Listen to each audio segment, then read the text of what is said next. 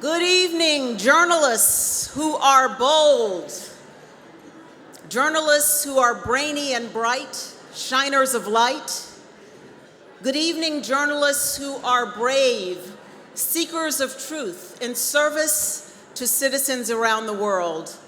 And yes, good evening to journalists who tonight are proud practitioners of our noble profession.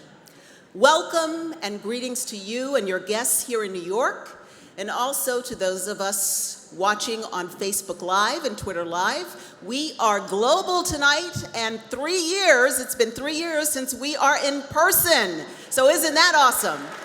Yes. Thank you all for being here for the Committee to Protect Journalists International Press Freedom Awards. It's my honor to host this evening's gala, recognizing the important and courageous work of all of our colleagues and friends. As the president of ABC News, I lead an incredible team of journalists committed to covering conflicts around the world, most recently the war in Ukraine, and I'm proud to say that this is not an exclusive. Dozens of news organizations, hundreds of journalists are right there with us, side by side, asking the tough questions, speaking truth to power, expressing the dreams and ideals core to humanity. But as journalists, we know we document history in real time. And we know all too well that protecting these ideals can and does put the press in peril, which is why we are here this evening. Tonight is CPJ's 32nd gala. Let's give it up for 32 years.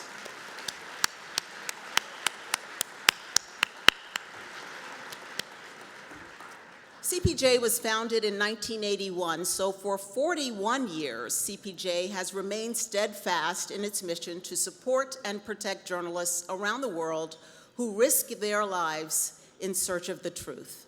Shortly, we will have the privilege of hearing the stories of 5 of these reporters and editors. 3 of them have been forced to flee their homes under threat of detention or prosecution. They are struggling to rebuild their lives in a foreign land while continuing to report. One of them is an editor who is choosing to stay on the front lines in Ukraine in her home. She is documenting the destruction of her country while facing possible death. So why does it matter? Because, as Dr. Martin Luther King Jr. said, darkness cannot drive out darkness. Only light can do that. For us, that light is the constant pursuit of truth without fear of threat or reprisal. If these intrepid reporters and editors leave journalism, then we all lose. We are here this evening to ensure that does not happen, and our support is vital. So now I ask you to welcome to the stage the president of CPJ, Jody Ginsburg.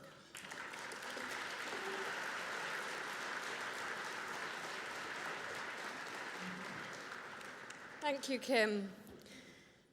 As Kim says, this is my first dinner as the head of this remarkable, vital, and vibrant institution, but it's also my first CPJ Gala, period.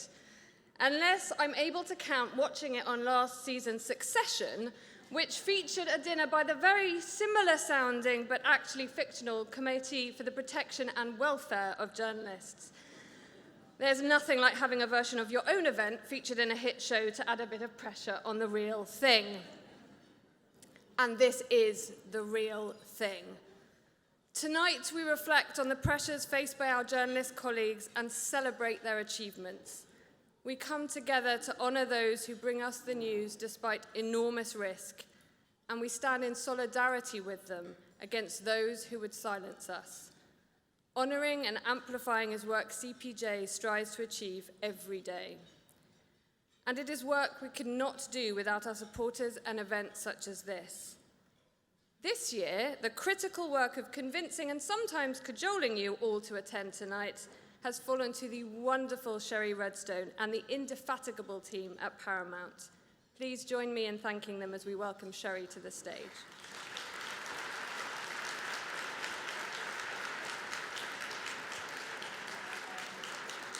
Good evening, everyone. And thank you, Jody, for that kind introduction and for hosting all of us this evening. It is truly an honor to be here representing Paramount Global and the thousands of hardworking journalists at CBS News who fight every day for the freedom and integrity of the press. And I'd like to acknowledge CBS News Presidents Neer Kamlani and Wendy McMahon and all our colleagues who have joined us here tonight. Thank you very much for everybody. What the Committee to Protect Journalists stands for and the work that it does has never been more important than it is today. And I am enormously proud of the role CBS played in creating CPJ so many years ago. It was in 1981 that CBS News writer Lori Nadel partnered with then editor of the Columbia Journalism Review, Michael Massing, to co-found CPJ in defense of the human and professional rights of journalists around the world. Michael, I know you're here somewhere tonight, and look what you've been able to accomplish. Thank you so much to you and to everybody in this organization. Within a relatively short time, CPJ grew from a small band of volunteers to a powerful global network of incredibly forceful advocates. Advocates who negotiate with hostile governments. Advocates who fight every day and give hope to imprisoned colleagues, and fight every day for the values that define the best in journalism. Values such as a commitment to shining a light on the actions of those in power, an unyielding adherence to the truth, an unshakable sense of ethics and integrity. In our complex and contentious world, the honorees in this room are living embodiments of these values. They remind us that press freedom is never guaranteed, that it must constantly be defended, and that it often comes at a significant cost, both personal and professional. As we all know, the stakes have never been higher, and the costs have never been greater. Our honorees tonight have dared to report on grave injustice, to hold corrupt officials accountable, and to dispel misinformation that sows hatred. Legendary CBS newsman Walter Cronkite, who was the first honorary chairman of the CPJ, said the job of journalists is to hold up the mirror to show the public what is happening. These heroic reporters have done just that against unimaginable obstacles.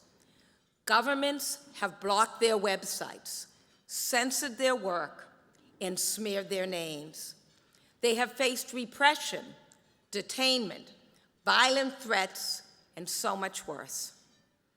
One of this evening's honorees is serving a 9-year sentence after a trial that lasted a single day. One reports from a war zone, and 3, as we heard earlier, live in exile, a plight that we know is the reality for more reporters than ever before. Yet through it all, they remain committed to the essential work of finding and sharing the truth, upon which, as we all know, all other freedoms depend. They are joined by a strong and talented field of colleagues around the world, on the ground and in production sites. Together, they remind us that journalism has tremendous power to uncover the truth, to drive conversation, and to create the foundation for enduring change. Some of these reporters are in this room tonight, including many who have traveled long distances to be here. And of course, there are so many other colleagues who we wish could be here with us this evening. And sadly, this includes journalists who have been killed in the line of duty around the world. And the devastating reality is that a record number 62 have lost their lives this year. Tonight, we honor their courage and vow to be worthy of their example.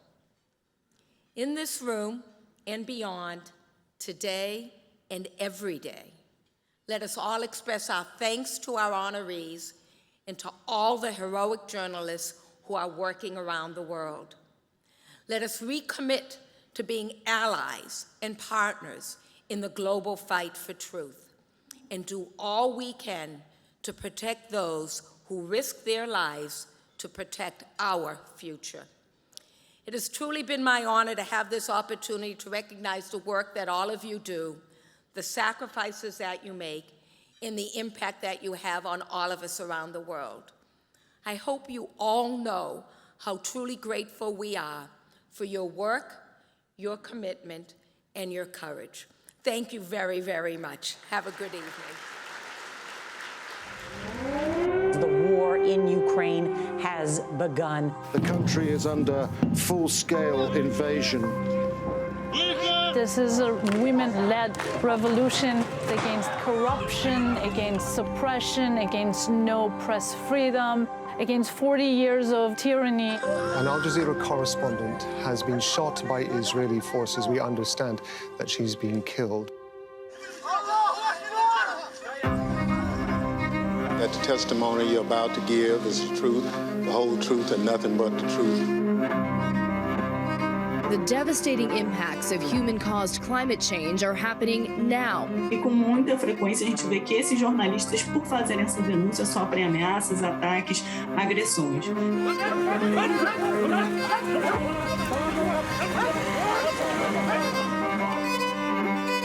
Our research shows that since the conflict began, at least 63 journalists and media workers have been arrested in Ethiopia. We didn't violate any single law and we didn't trespass anything, but we end up in jail. A court in Belarus has sentenced 2 journalists to 2 years in prison. The New York-based Committee to Protect Journalists has called the charges, quote, absurd. 50 journalists who say they were forced to leave Nicaragua over the past year by the Ortega government. Either stay in Russia and stop our work, stay in Russia, continue our work and end up in jail, or relocate the newsroom. 2 journalists have reportedly been shot and burned alive by gangs in Haiti. 24 journalists murdered in Brazil in the last 10 years. And the Committee to Protect Journalists says Mexico is among the deadliest countries for journalists outside of war zones. Only defense is a pen, a pencil, a notebook. They are afraid of an educated woman.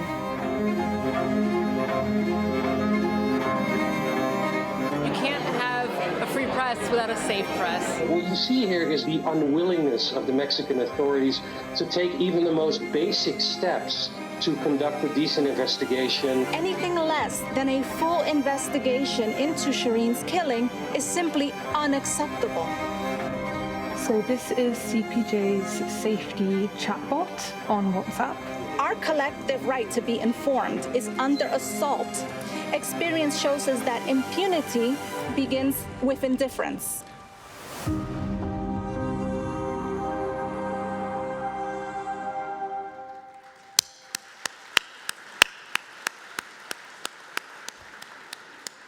Well, as you've just seen in that moving video, CPJ's mission, support for journalists and press freedom is so very needed.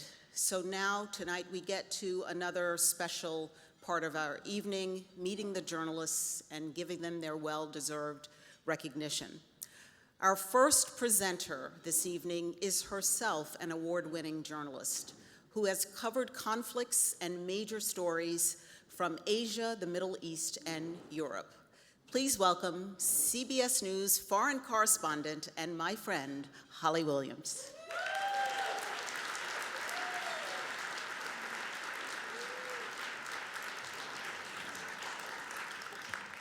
Thank you, Kim. I'm so proud to be here this evening with so many of my colleagues from CBS News.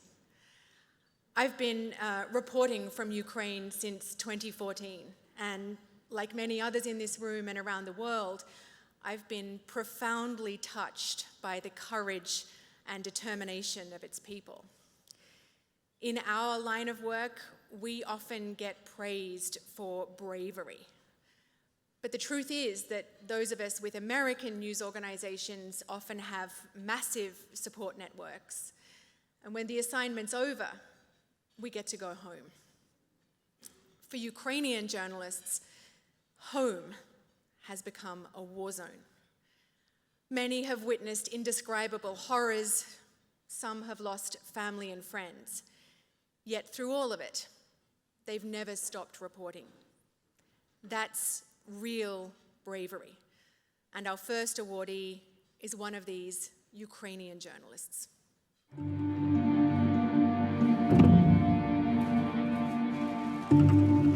Even in my darkness thoughts about this war, I will never imagine such brutality. You can't be prepared that your employees will be captured by someone, or you'll stay in occupied cities, or when the relatives of your employees were killed. This is something you can be prepared for.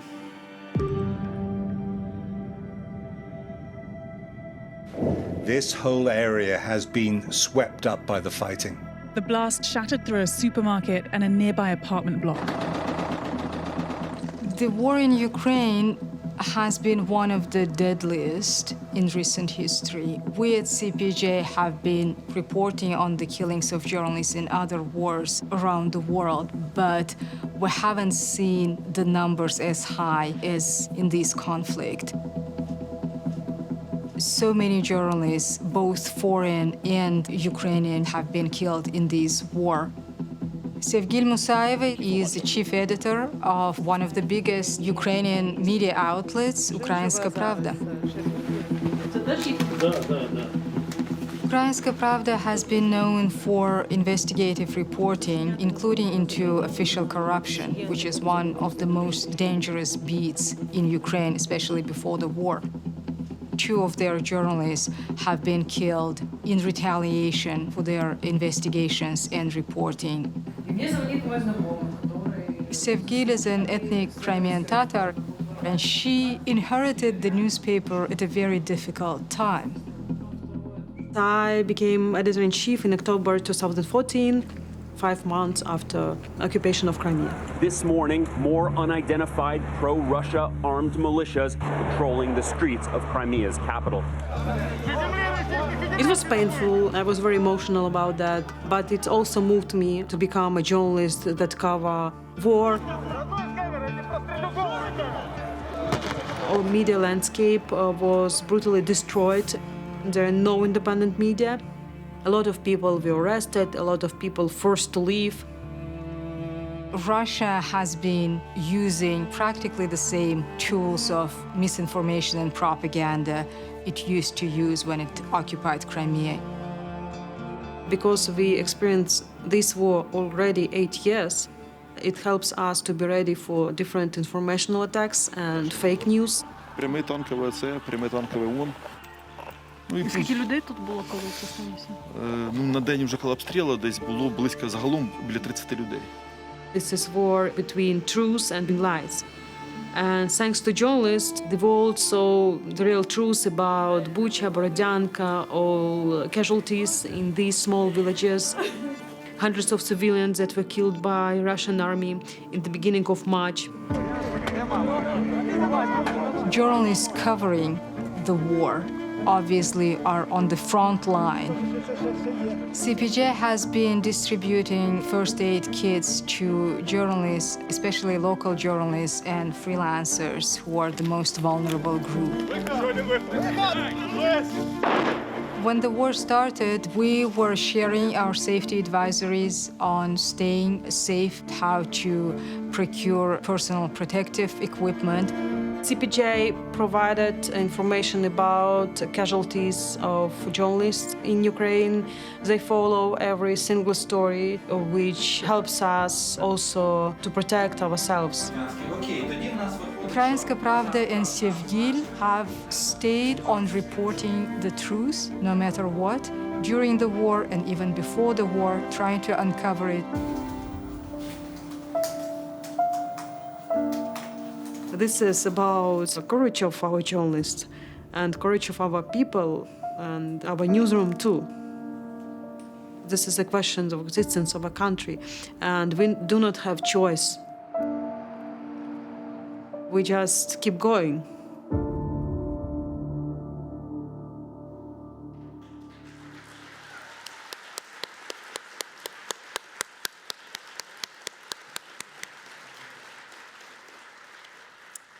I am deeply honoured to present the 2022 International Press Freedom Award to Sevgil Musayeva.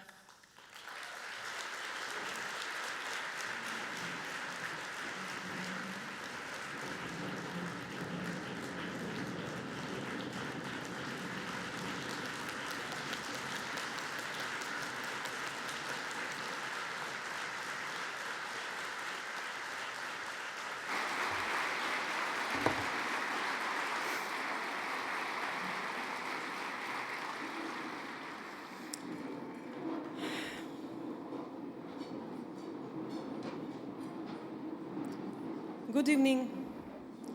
I would like to read an entry from my diary. March 17, day 22 of the war.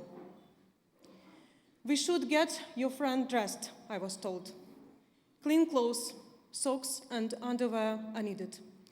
You can hand everything over the morning. Next day. A huge Patagonia bag was brought from the car. It took me a long time to open it. I felt like I was invading Brand's personal space, which he had always been known to protect. After taking a deep breath, I managed to pull on the zipper. The clothes inside smelled laundry, and this scent hit me immediately. I picked out a brown t-shirt, brown trousers, and matching socks too. And then I found a warm woolen shirt. The shirt would keep him warmer. I suddenly caught myself thinking, God, why does it matter? I'm taking these clothes to the morgue. That was the first time I had read anything in the 4 days since my friend and colleague Brand Renault was killed near Kiev, and my another colleague and friend, Juan Redonda, was wounded. Other words to convey the tragedy and pain inflicted in my country. Yes, and they are simple. The people in the liberated villages and towns whom I met shortly after the arrival of the Ukrainian troops speak a special language. It's like a confession without fear. I felt ashamed to weep when I heard them speak. I cried later, listening to the tape recordings I met.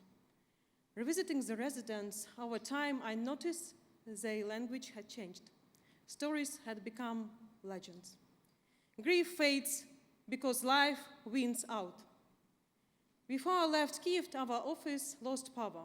For an hour, we tried unsuccessfully to connect our satellite dish to generator. I gave up and stepped out onto the balcony. The gymnastics school across the street had power, and thousands of little girls were exercising with hoops and ribbons. I rejoiced at this vision from another life. War is about choices. You often ask yourself whether you are more Ukrainian citizen or a journalist.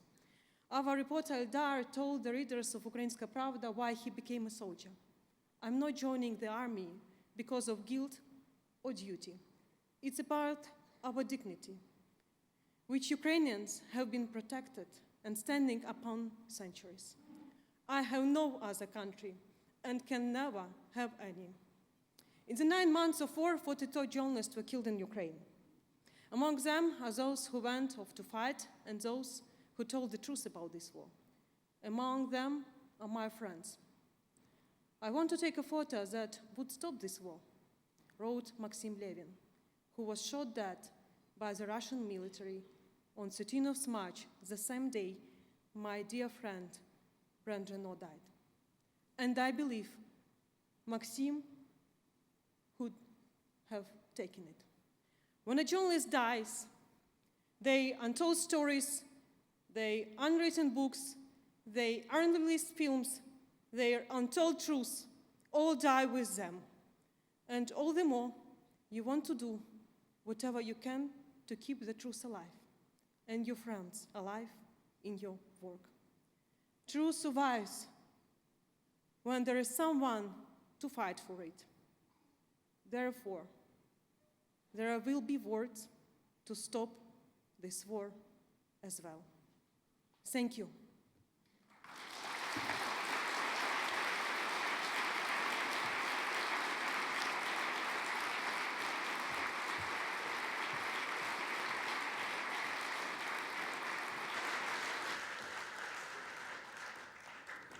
Thank you, Savgil. Something she said really touched my heart. She said, we have to keep going because we don't have a choice. I think all of us in this room who have teams on the ground in Ukraine, in honor of Savgil and all those there, we have to keep going because we don't have a choice. Let's honor our teams in Ukraine.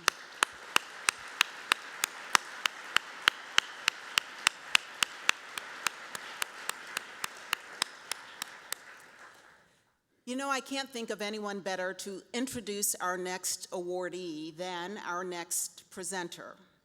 Anyone who has followed Spanish language television, media, and ABC News has for sure seen her. In fact, the New York Times called her the voice of Hispanic America, and I call her my friend and my colleague. Everybody, please welcome broadcast journalist, author, and ABC News contributor, Maria Elena Salinas.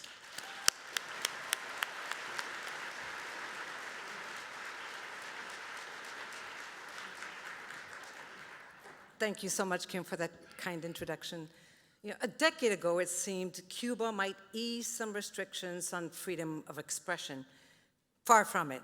The regime just got better at silencing critical voices without resorting to widespread, high-profile arrest and violence that could spark international condemnation.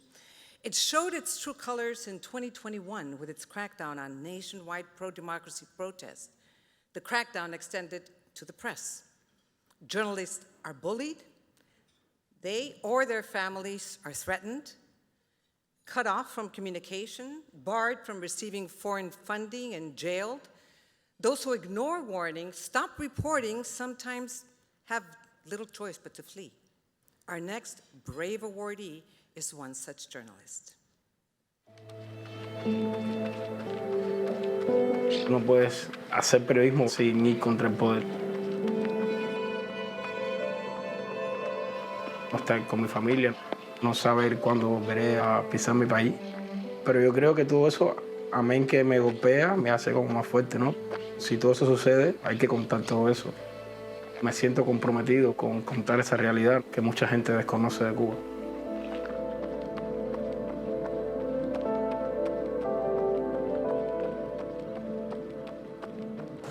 In Cuba from about 2014, there was a little bit more access to the internet, and it really opened up whole new avenues of expression and of opportunity for reporting that simply weren't available to people. Abraham Jimenez Enoa is one of the pioneers of this new generation of Cuban journalists. He wanted to talk about issues that the Cuban government didn't want to be covered. Yo y mi generación somos unos suertudos porque contamos con el arma de Internet. El Estornudo es la primera revista de periodismo narrativo que se hizo en Cuba. Internet generó que naciera una sociedad civil nueva en Cuba. El gobierno cubano se dio cuenta que el país se le estaba yendo de las manos. El Estornudo fue, si no el primero, uno de los primeros que bloquearon. Life in Cuba for many reporters and activists is characterized by arbitrary privacy violations. Abraham's case is really emblematic of the different types of harassment that independent Cuban journalists face. Comenzaron a intervenirme en mi comunicación privada, a acosar a mi familia, a mis amigos, me dejaban en prisión domiciliaria, me secuestraban en la calle, me desnudaron, me metieron en un carro y yo no sabía hacia dónde iba. Justo unos meses antes, el Post me había hecho columnista, ¿no? Y ellos no querían que yo siguiera escribiendo ahí. Y me dijeron que si volvía a escribir allí, me iban a llevar a la cárcel. Instead of following those instructions, what he did was wrote about that experience in the Post so that everyone would know exactly what had happened to him. This weekend, thousands of Cubans took part in widespread anti-government protests that ended with hundreds of arrests. It was one of the country's biggest anti-government demonstrations in decades. A partir de las protestas, el gobierno cubano tomó la decisión de exiliar a toda la sociedad civil cubana. Me llamaron por teléfono y me dijeron que si no me iba a ir ya realmente a la cárcel, que me iban a acabar con mi familia. Al tener una familia, al tener sobre mis hombros esa responsabilidad, tomé la decisión de salir. Yo la estaba pasando muy mal a nivel de salud mental y me quedé sin que nadie me atendiera. Dos alternativas que escribirle a los de CPJ y ellos me financiaron una terapeuta online y gracias a eso pude salir del hueco en el que estaba. Nobody wants to leave their entire life behind. This is a real problem, both as we think about who is left to tell the stories in the places that journalists are leaving, but also whether they're going to be able to continue working in that field. Fue muy duro el aterrizaje. No tenía ganas de escribir, no tenía cabeza para escribir nada. Y encontré la solución de darle un vuelco a todo eso y es escribir justamente todo lo que me está pasando, ¿no? Y en eso estoy.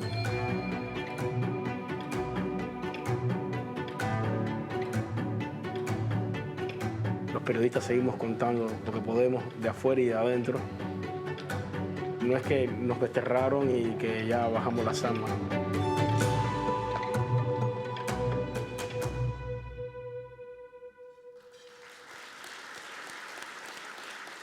It is true, nobody wants to leave their home behind. Not even immigrants want to immigrate, but all they want to do is have decency and dignity in the place that they call home. It gives me great pleasure to present the 2022 International Freedom Press Award to Abraham Jiménez Enoa. Felicidades, Abraham. Gracias por tu valentía y por tu tenacidad. Te mereces esto y mucho más.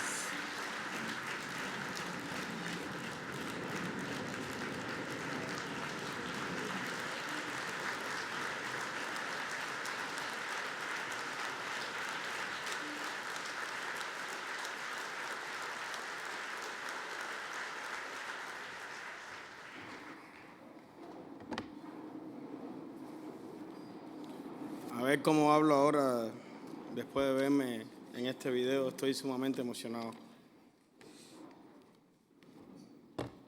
Voy a leer con el permiso de ustedes porque es primera vez que me enfrento a un auditorio así y no quise enfrentarme a un teleprompter, como mismo es primera vez que me pongo un smoking. Estimados colegas del CPJ, estimados colegas, invitados, nací en un país donde todos los canales de televisión, todas las emisoras de radio, todos los periódicos, todas las revistas están por ley dirigidas por el Partido Comunista, única organización política permitida por la Constitución de la República. Decidí ser periodista en el país donde nací e intentar contar su realidad significa entonces violar la ley, lo que lleva a convertirte en un delincuente. El gobierno de mi país, entonces, te trata como tal, como un delincuente, como un criminal, por la sencilla razón de querer mostrarle a los ciudadanos de ese país la realidad donde viven. Pero ser periodista en mi país hoy es más necesario que nunca, pues después de 64 años de un mismo gobierno, mi país corre el riesgo de desaparecer de la memoria histórica de la nación. Es por eso que los periodistas de mi país hoy tenemos la honrosa misión de poner nuestro cuerpo ante la vallazante intención del gobierno que busca por todos los medios exterminar los relatos que lo desnudan y lo muestran como una dictadura. tomar la decisión de no dejar morir lo que sucede en mi país, sacar los hechos a la luz pública, pone en riesgo la integridad física y mental de quienes lo hacemos. Estoy aquí leyendo estas palabras por varias razones. Quizás la más importante es que, como muchos otros colegas, he tenido que exiliarme y abandonar mi país para protegerme. Pero no por ello mis colegas y yo, que hemos tenido que abandonar forzosamente nuestra tierra, que hemos dejado ni dejaremos de seguir denunciando lo que sucede en mi país, Cuba. Por ello quiero dedicarle este premio a todos los periodistas cubanos que han tenido que dejar a sus espaldas a sus familias, a sus amigos, a su cultura, a su idiosincrasia, a su patria. Y a los dos colegas, Lázaro Yuri y Jorge Bello, que hoy están en este mismo momento en cárceles de máxima seguridad por contar la realidad de Cuba. Los periodistas cubanos no nos callaremos.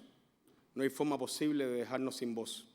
Los periodistas cubanos vamos a denunciar hasta el último segundo de vida de la dictadura cubana sus desmanes, aunque tengamos que pagar por ello un precio altísimo. Muchas gracias.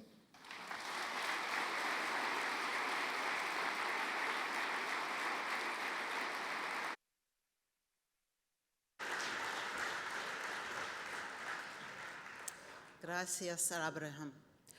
One of the big risks for reporters around the world is arrest and imprisonment, as we've been discussing tonight. Our next presenter got a taste of that here at home when Minnesota police arrested him live on the air during the George Floyd protests, and we were all witnesses. Please welcome CNN's Omar Jimenez.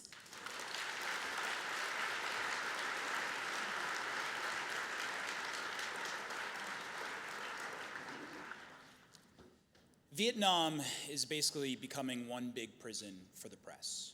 More than 20 journalists are behind bars for daring to challenge the ruling Communist Party line with reported facts or opinion. Pham Don Trong is one of them.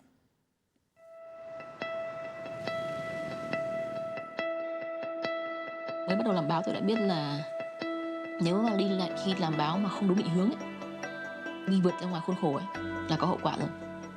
Có điều hậu quả đến mức nào thì mình không hình dung được.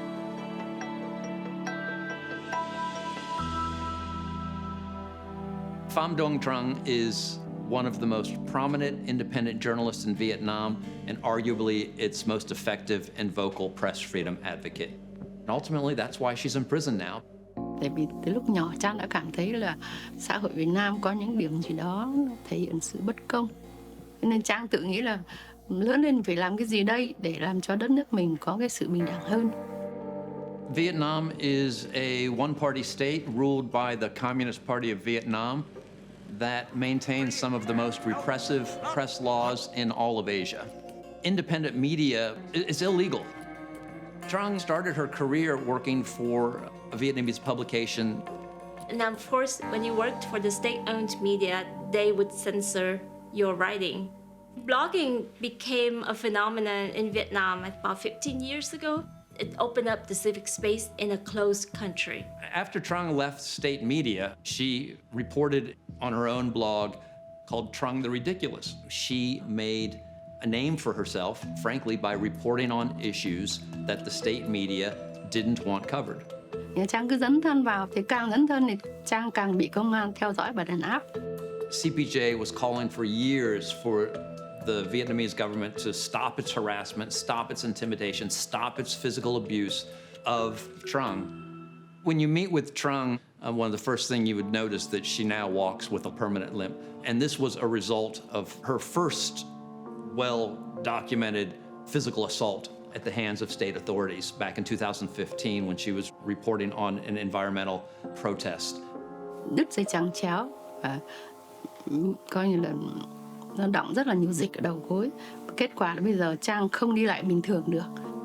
Later in 2018, she was severely beaten while under interrogation. Trung increasingly had to be on the run.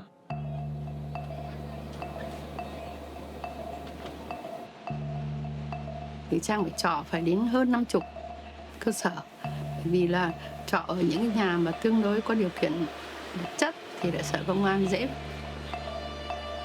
Her reporting was always rooted in the notion that the state is violating its own laws against the people. And that's what made her such a target. So when authorities arrested Trung in October 2020, she was charged with violating Article 88 of the Criminal Code. Any reporting that's perceived as remotely critical of the state falls under this law. She was sentenced to 9 years in prison. Trang thì thực ra mà nói là Trang muốn dùng cái ngòi bút của Trang để phản ánh cái hiện thực xã hội Việt Nam. Có lần Trang cũng tâm sự với mẹ là mẹ ơi phải kiên định, kiên trì và kiên cường. Kiên định đấy có nghĩa là con đường Trang chọn là con đường chông gai nguy hiểm. Nhưng mà Trang vẫn dấn thân. Her dream is a democratic Vietnam. This was about how journalism can affect societal change. Because she said every country needs a generation to sacrifice for it to be better. If we don't do this, who else will?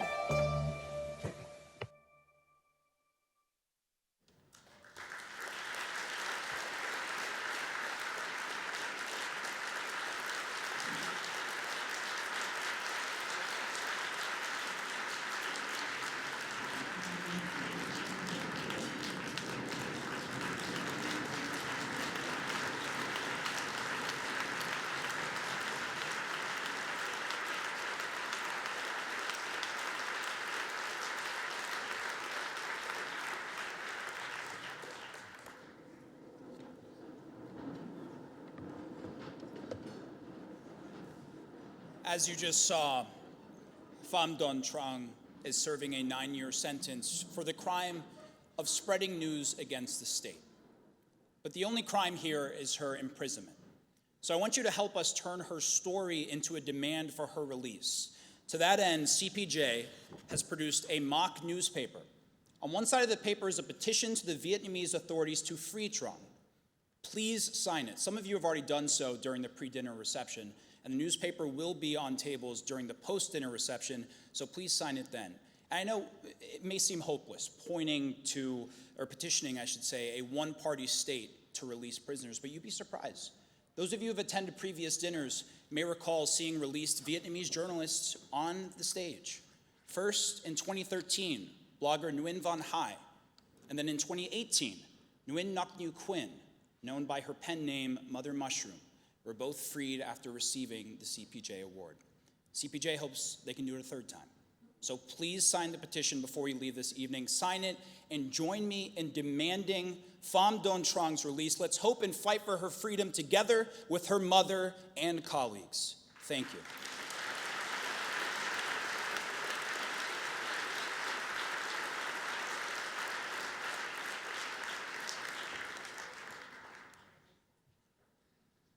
Wow, what courage. Thank you so much, Omar. And now I'd like to turn our attention to the arrests of journalists covering the protests in Iran. We've all seen even more horrific video just coming out this week alone. It's fitting that we recognize all the journalists there and what they are going through.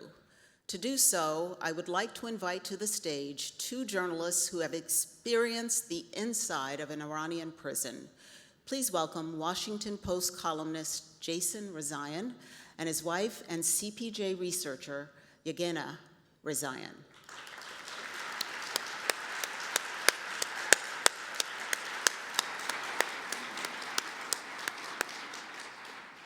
Good evening. Almost 2 months ago, one of our closest friends, photojournalist Yalda Moayeri, was arrested while doing her job, taking images of female protesters in Tehran who were peacefully demanding equal rights. Since then, more than 60 journalists have been arrested during Iran's brutal crackdown on protest movement. These attacks on our colleagues have affected Yegi and I both deeply, professionally, but even more so personally. I write about Iran and press freedom for the Washington Post. And in the 4 years I have been working at CPJ, we have documented a sharp rise in attacks on Iranian journalists. But nothing like this. The surge we have seen over the past 2 months. Iran has suddenly become one of the world's biggest jailers of journalists. The impunity with which Iranian authorities behave is shameful and knows no limits. Yegi and I know all too well the harsh conditions these jailed Iranian colleagues are facing right now. Long periods of solitary confinement, endless interrogations, trials without any legal representation. Which is why we ask you to join CPJ and all press freedom defenders around the world in demanding that Iran immediately free all imprisoned journalists. And for the international community to support Iranians in their quest to express their hopes, fears, and dreams. Woman, life, freedom. Zan, zindagi, azadi. Thank you.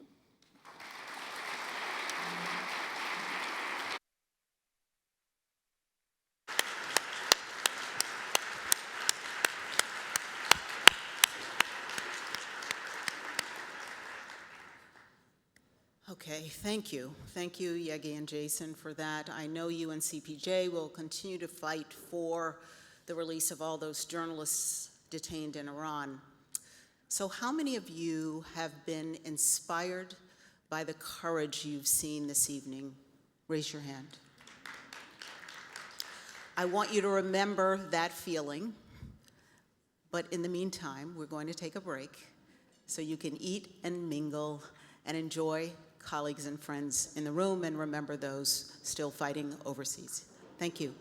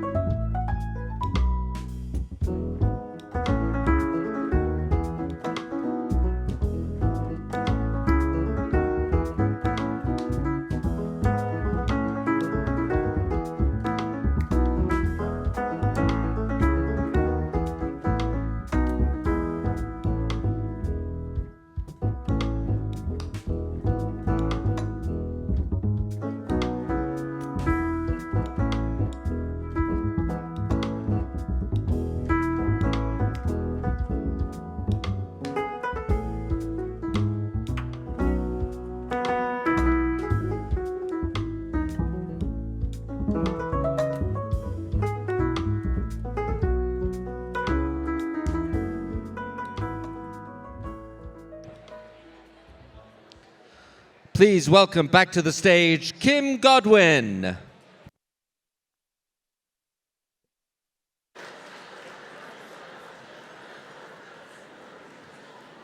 Hello, good evening. Good evening. I hope everyone enjoyed their dinner. I was talking backstage, it was like giving a big hug to and getting a big hug from our profession. Journalism matters. What we do matters. It's so important, and it's just great to be back with friends and colleagues. And so we will get started with the rest of our program. We finished the first half of the evening with Jason Rezaian, who spoke about Iran. Now I would like to ask him to open the second half of the program and introduce us to a journalist from a neighboring region, Iraqi Kurdistan. Jason?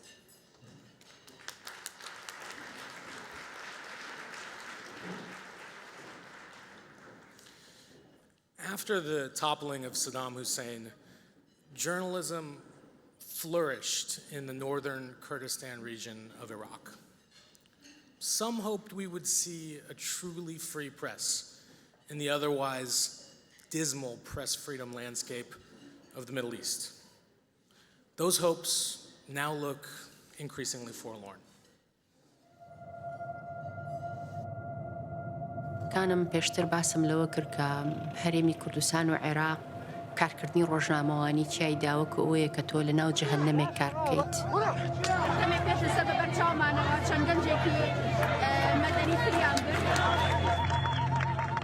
هەموو ئەو پێشێرکاری و ڕوبەڕووبوونەوە و هەوڵانی کە هەبوون بۆ وەستاندنی من خاڵێکە گەشە بۆ من وەکو ڕۆژنامەنووسێک نەوەستانە کۆڵ نەدانە.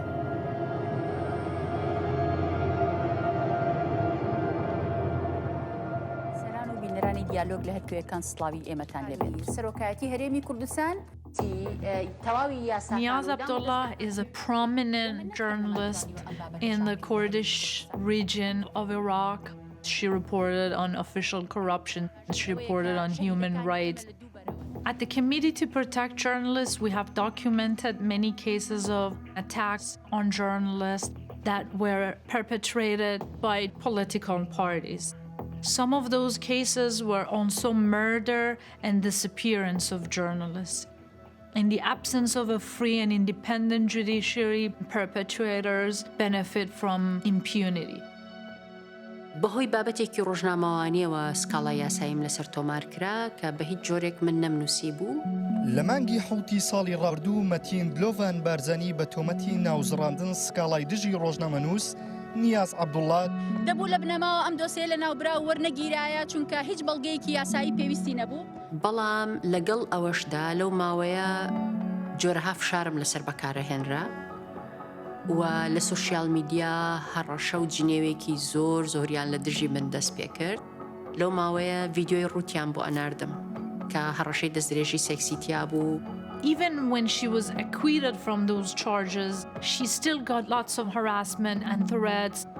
She never silenced herself. 5 of her colleagues who were sentenced to 6 years in prison, she never stopped advocating for them. ئەمەی ئەمڕۆ کرا بڕیارێکی تەواو ستەمکارانەیە و ئێمە لێرە لەسەرم قسانەی ئەکەین بۆ لە مودۆ چاوەڕوانین.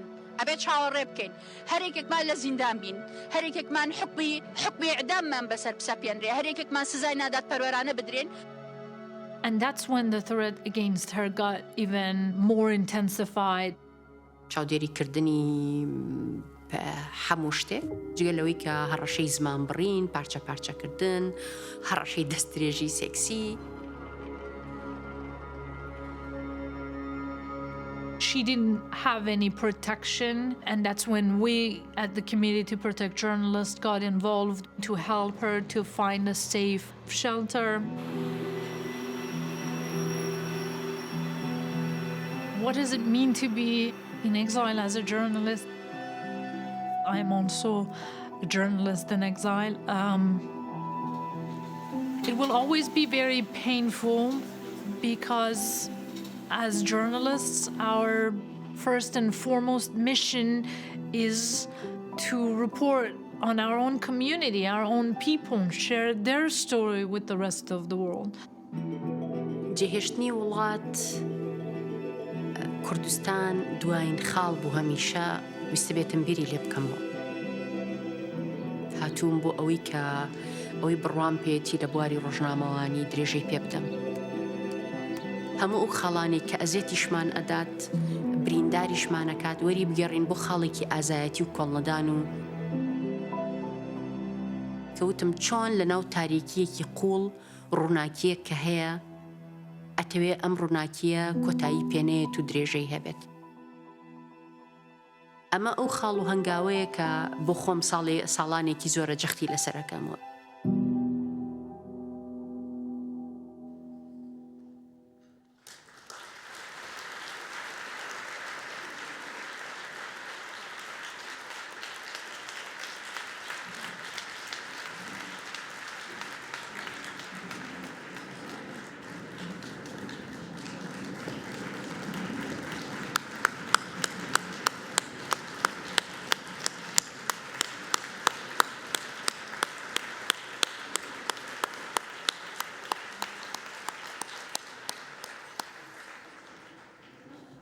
Practicing journalism in the Middle East is a labor of love.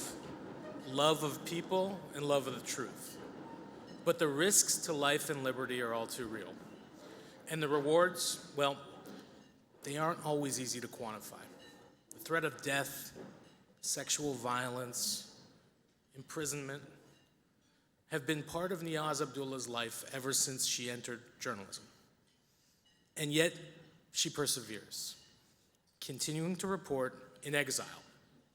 She cannot travel to the United States at this point, but CPJ will keep her reward until she's able to attend in person.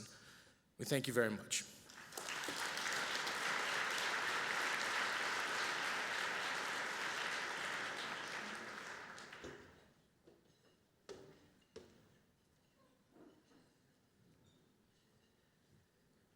So far this year, CPJ has documented the killing of 62 journalists and media workers.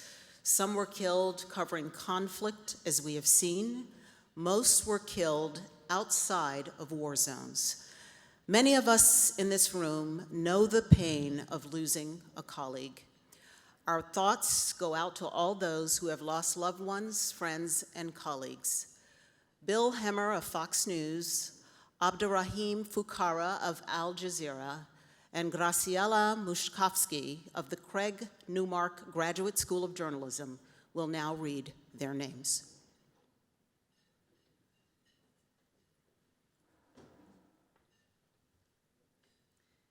John Wesley Amadi, Willigans Louis Sant, Murat Khan Basar Bayev, Fu Tuidim, José Luis Gamboa Arenas.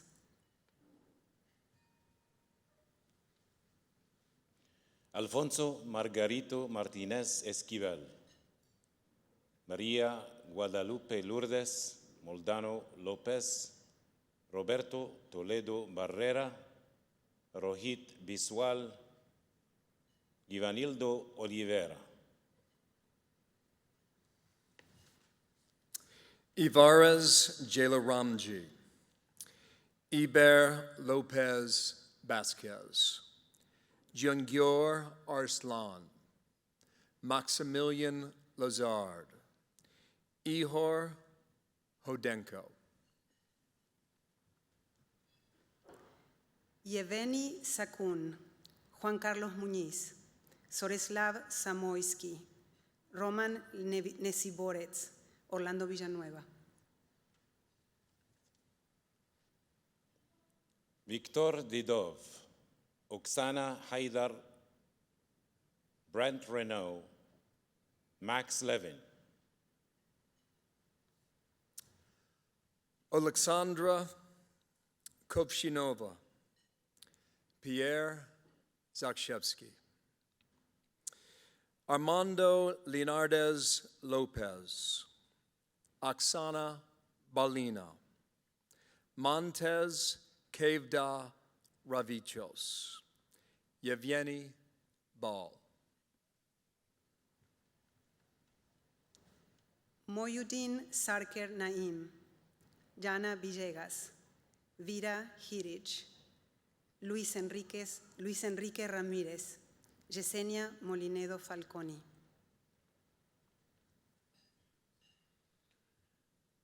Sheila Johanna Garcia Oliveira, Shirin Abu Aqla, Francisca Sandoval, Subhash Kumar Mahto, Ricardo Alcides Avila. Frederick Leclerc Imhoff, Dom Phillips, Saber Al-Janani, Antonio de la Cruz, Federico Gempasor.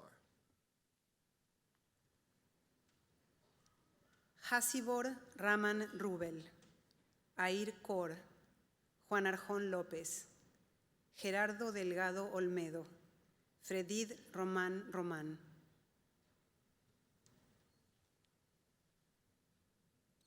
Jeff German, Umberto Coronel, Franzen Charles, Tayson Lartigue, Renato Blanco.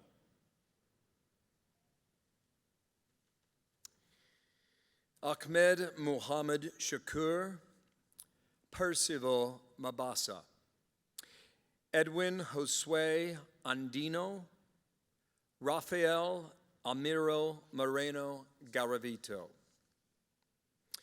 Arshad Sharif, Mohammed Isi Hassan, Romelson Vilse.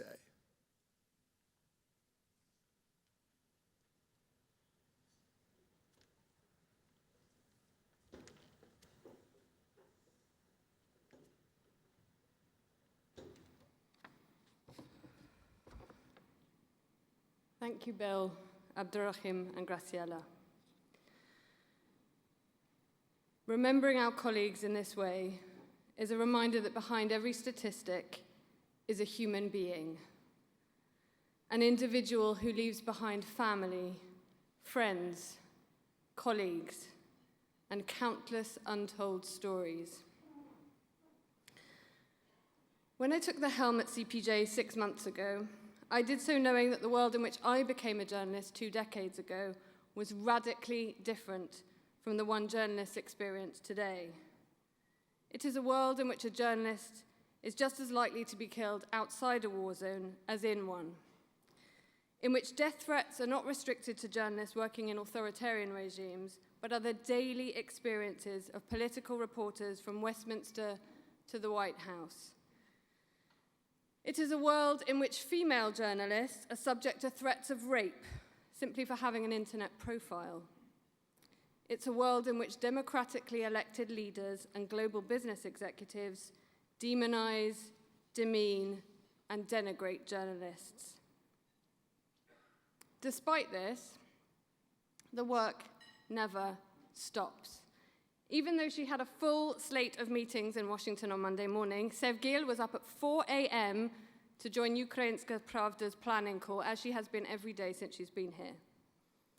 Galina held calls with her colleagues at Meduza, even as she prepared a major speech with former Secretary of State Hillary Clinton. It is exhausting work. It is also often very lonely. Abraham, who had never left Cuba before he was forced into exile, described to me arriving in Barcelona as being like landing on Jupiter. No friends, no family, no community. And yet he persists. Their tenacity is what gives me hope. I am proud to lead CPJ because I am proud to be a journalist.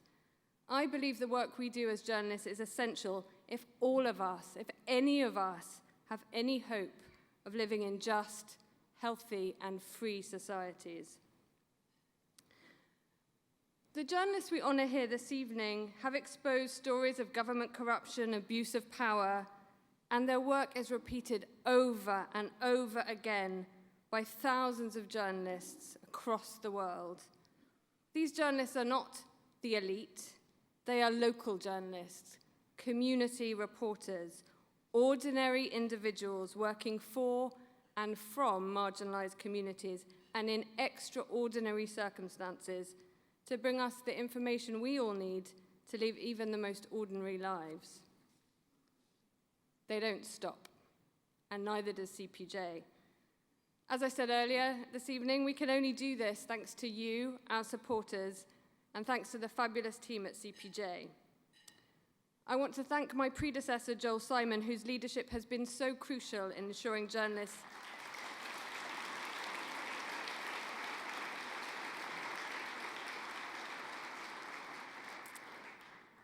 His leadership was so crucial in ensuring journalists had a global friend and support when they needed it. And I especially want to acknowledge the phenomenal CPJ staff who work without fuss or fanfare to ensure we can provide support to journalists in times of crises and help secure justice after such crises. CPJ team, I'm going to embarrass you. I'd like you all to stand up, please.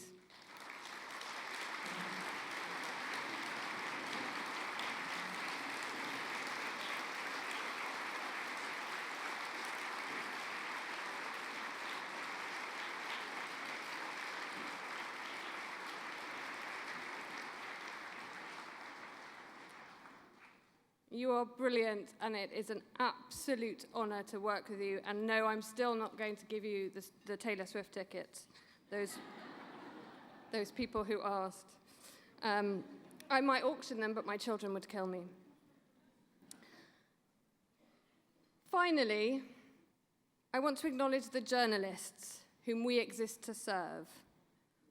I know that for far too many of you, your work has never felt more precarious. In these challenging times, it has never been so important. Thank you.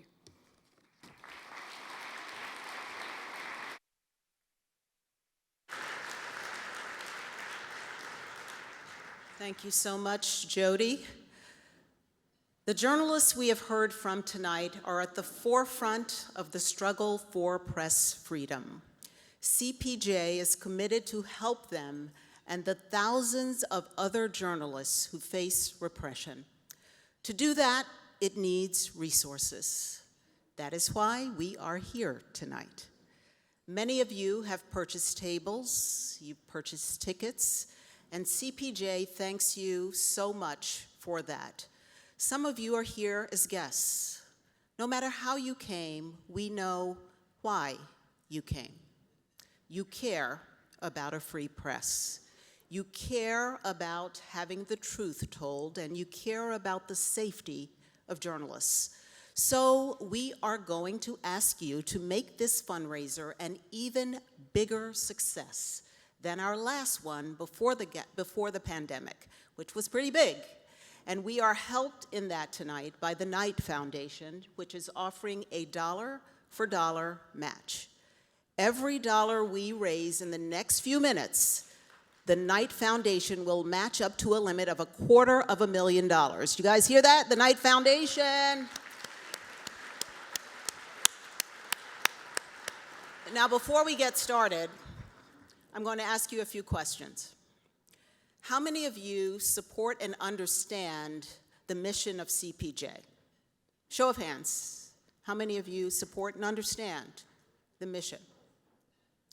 How many of you were inspired by the courage of the journalists who received awards tonight?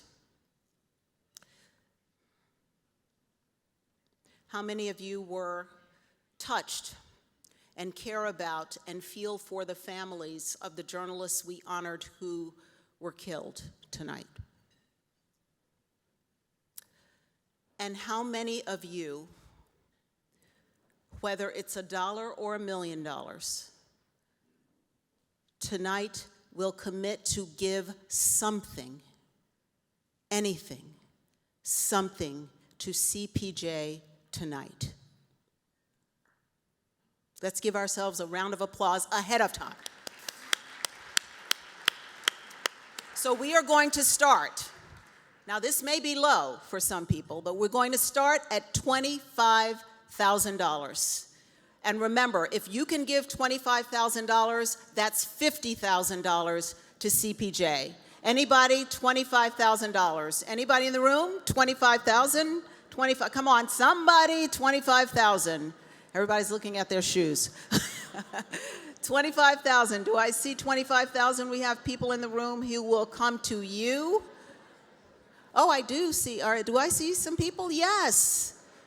I see a 25,000 over there. Come on, any more, anybody else? 25,000? All right, so we'll go to, oh, another one, oh yeah, let's give it up for the 25, come on, 25,000, that's awesome. Anybody else able to give, want to give $25,000 tonight? All right, so let's go to the next level. All right, we'll go down a couple of notches, but you can also give in the middle, right? 10,000. Do we have anybody in the room tonight who can give? There we go, gentleman at 16, lady at 15. Thank you very much, 10,000. Any more 10,000s? Come on, 10,000. We're trying to get to 250,000, guys, so we can get matched by the Knight Foundation. All right, any more for $10,000? 10, 10, going once, going twice. All right, that means more of us are going to have to give a lot more little donations, and that's fine, that's fine. $5,000. $5,000. Do we have any $5,000 donors in the house tonight? $5,000? Oh, I see another hand up. Gentleman on table 16. Awesome. Let's give it up for 5,000, 10,000 and 5,000.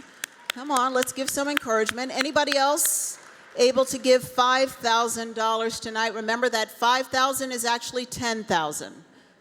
The 10,000 is actually 20,000. The 25 is actually 50. You can connect for all of it, okay?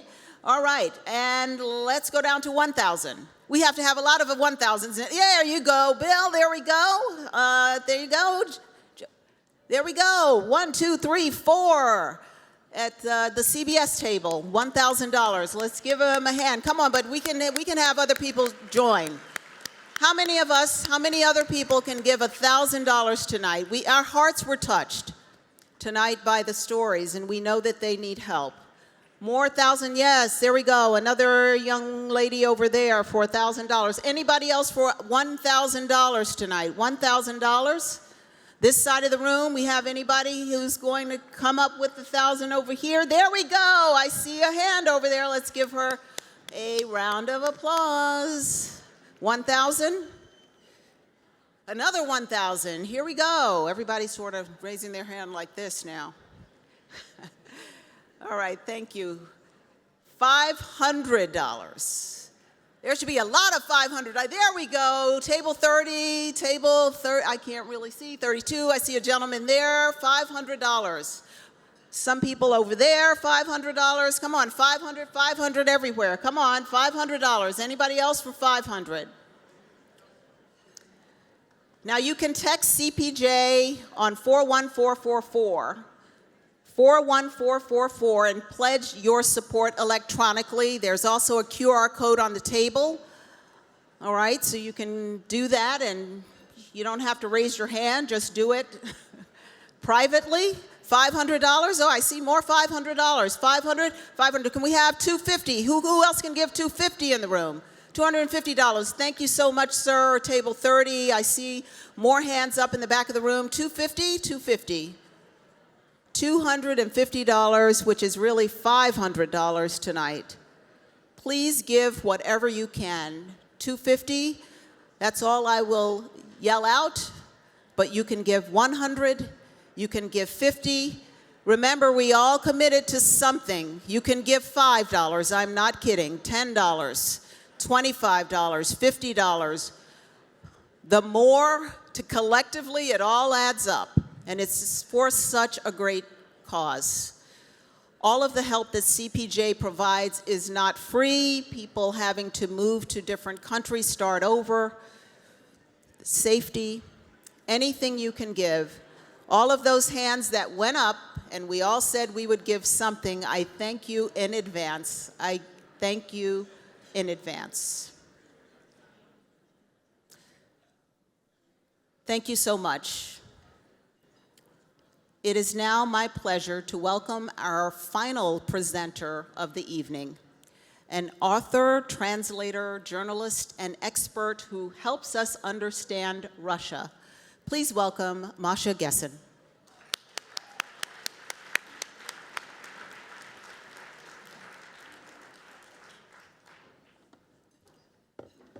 Thank you.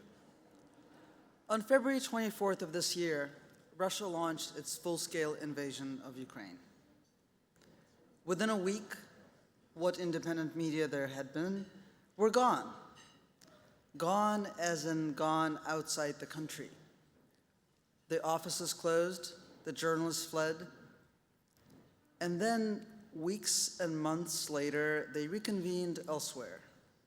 In Riga, Vilnius, Amsterdam, Prague, Tbilisi, and continue to work. Independent Russian journalism is now in exile. Against overwhelming odds and extreme technical and logistical difficulties, it is in fact thriving in exile. For this to be possible, someone had to try it first. That someone was Galina Timchenko.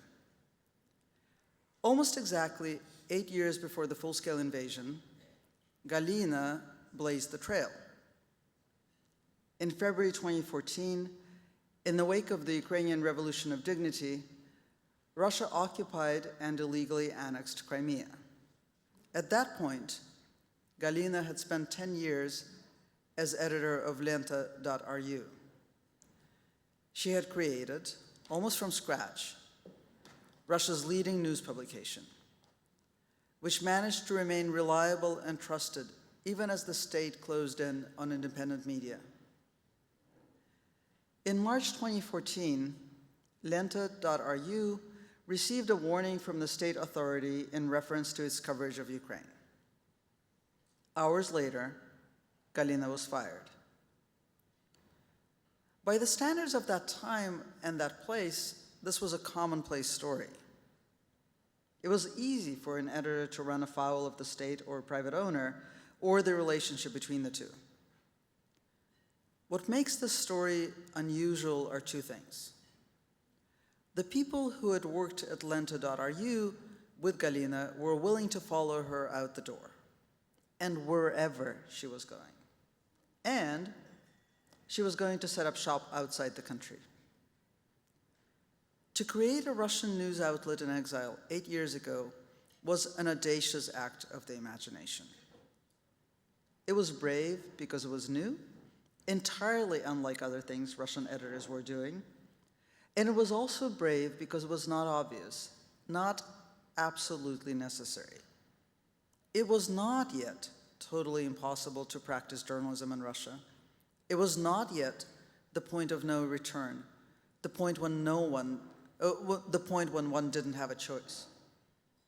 But Galina decided that the thing to do was to go abroad and ask many of the people who were following her out the door to come along and to start a publication in exile.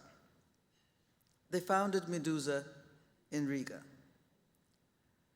This was an act of the imagination, precisely because it wasn't the only option available. Over the last 8 years, Galina and her extraordinary team created a model of journalism in exile that has, for the present and for the foreseeable future, become the model of independent Russian journalism. But they have also done something else. Like any great media outlet, they began with a hypothesis and ended with an audience. The hypothesis was that there were enough, hundreds of thousands, millions, of people who read in Russian who would choose a publication with a strange name, edited from outside the country, as their main source of information, because this information was delivered in a way, in a voice, that told them that it was trustworthy. The outcome is an entire generation of people who identify as readers of Meduza. There's no job less prestigious, more difficult, and more honorable, less remarked upon and more challenging than the job of telling Russians what Russia is doing in Ukraine. And there's no one who does this more authoritatively than Meduza. The publication begins and ends each day with a number, the such and such day of the war. War being a word banned by the Russian government, Meduza being a so-called foreign agent. On this, the 267th day of Russia's war in Ukraine, which is also the 267th day of Meduza reporting on this war, it is my honor to present the Gwen Eiffel Award to Galina Timchenko, founder and publisher of Meduza.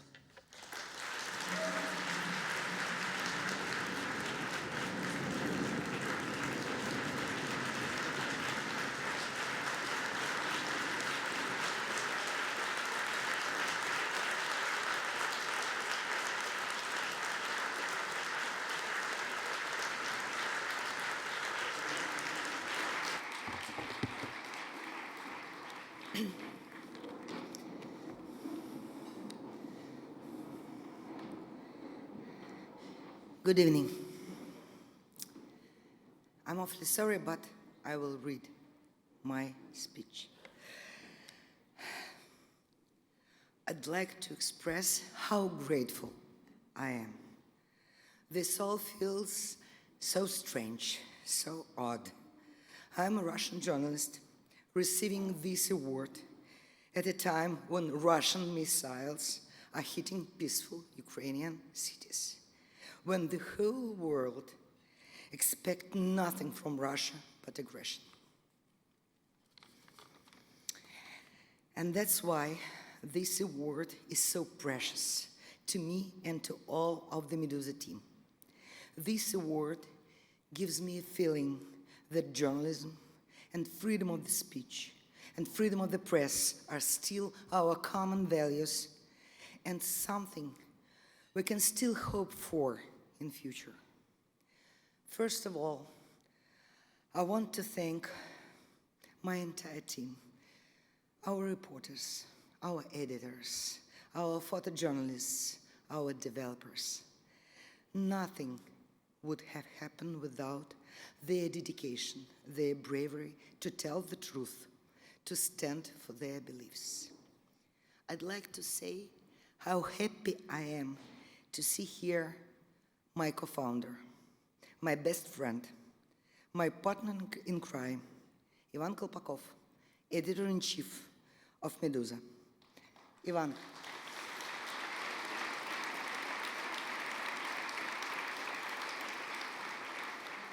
I cried a river over your shoulder, over these years on your shoulder. You should probably send me the bill for all t-shirts I've ruined. Your courage, your professionalism, your kindness have always inspired me and I hope made me a better person. I want to express my deepest respect to my Ukrainian colleagues who are fighting for the existence of their country in the face of war and death. They are all an example for us, for Meduza team, and for many other independent journalists all over the world. A year ago, Meduza was labeled as a foreign agent by Russian government. As a result, we've lost almost everything. Our business model was destroyed, but we started a crowdfunding campaign that turned out to be very successful. We were literally saved by our readers, most of them from Russia. When Russia's full-scale invasion in Ukraine began, Western sanctions destroyed our crowdfunding campaign and our ability to get donations from Russia. But this time, our colleagues, you, from European and American media organizations spread the word among the international audience that Medusa needs support. This time, it was our fellow journalists who saved us. We value your support more than we can express. And we will always remember how you were there when we needed it the most. Medusa was blocked in Russia a week after the war began. However, we can reach millions of Russian readers who need the truth more than ever. Our duty, our mission stays the same: to provide independent, objective information to readers and not to leave them alone at this darkest hour. And finally, I would like to paraphrase one old man who was brave enough to save his country during the Second World War. He once said, "Victory is not final. The defeat is not a failure. It's all about courage to continue. And we will continue, I promise." Thank you.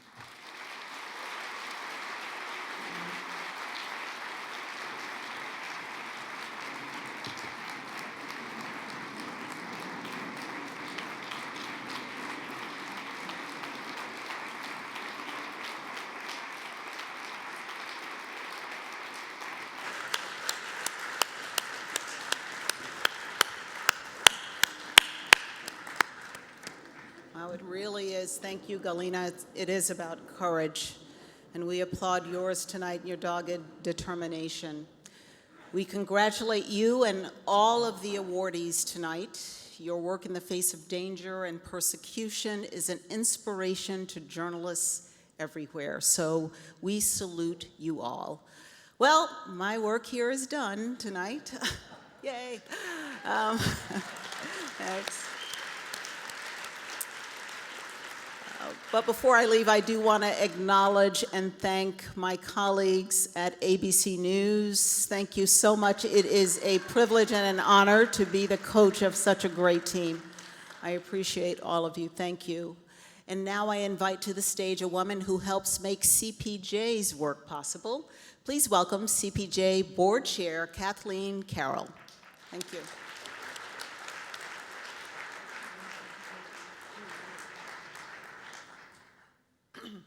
Good evening.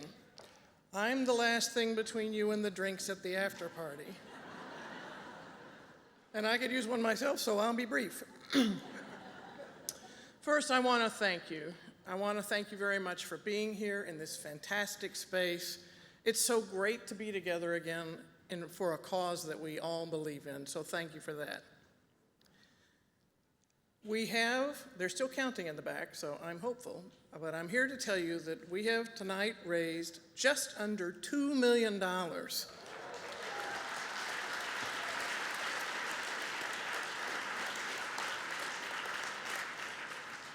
million to help take care of journalists and their needs, and you heard tonight the need is great. Now, before I let you go to enjoy Google's hospitality at our after party, I want to say two things. Thank you very much. You are press freedom warriors. Your support is incredible, and it helps us do what we do every day. But I have an assignment for you. I want you to remember how you feel tonight and the stories that you heard. And I want you to go out to your workplace, to your family dinners this holiday season, and tell their stories. I want you to be our press freedom ambassadors, because the problems are worse and they're getting worse every day, and it will need a crowd bigger than this to solve them in the future. So please help us help these journalists do their jobs without fear of punishment, beating, exile, and death. Thank you so much for your support for CPJ. Enjoy the rest of the evening and at the reception, and have a wonderful year-end holidays.